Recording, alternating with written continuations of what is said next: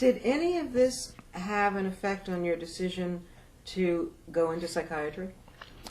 Well, that's an interesting. I think that it did have an effect on my decision to go into psychiatry. But the other specialty I flirted with heavily was neurology. And because I was interested in how the brain and everything works and so on and so forth and something. But I think psychiatry, since I had some exposure to it, visiting him at the state hospital and so on, it wasn't like a mystery to what they do. And also because I saw how backward it is, that I go in and be a humanist, psychiatrist. But I think it influenced me somewhat, but not entirely, because I almost opted to go into dermatology too. And I didn't make the final decision to go into psychiatry until I was midway through my internal medicine internship. I almost went in internal medicine too. And one of the reasons was I didn't want to give up my stethoscope and my medical stuff that I felt you had to do in psychiatry. And for that reason, I picked a program, which was at UCLA, where you kept your white coat and you did all the physical exams on your patients when they came in. Right? Why was that important to you? Because I felt I'd spent 4 years getting good at that stuff. Good at being a doctor.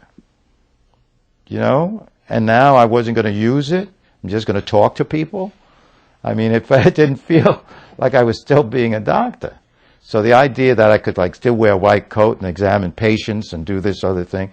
And then another thing I did during my training, because I like medicine so much, I moonlighted in the evenings, 1 or 2 evenings a week for the whole 5 years I was at UCLA at emergency clinics doing medicine.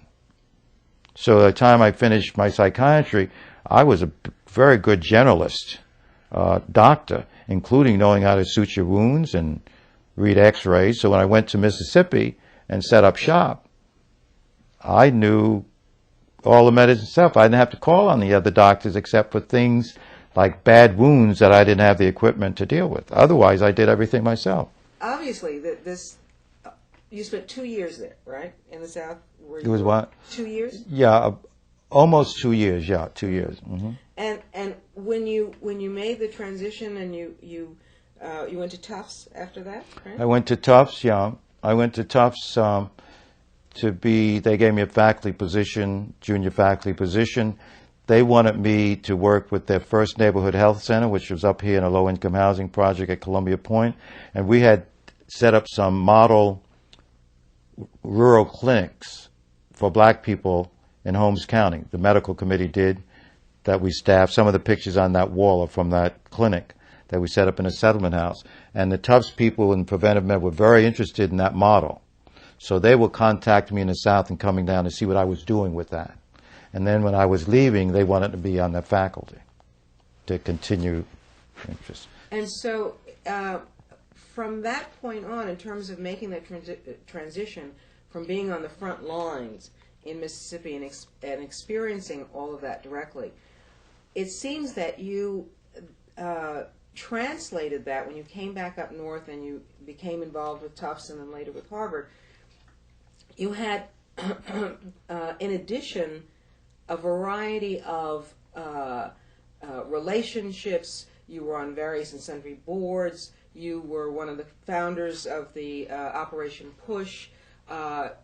You translated the activism of the South and being on the front lines into a different kind of activism, using different kinds of tools.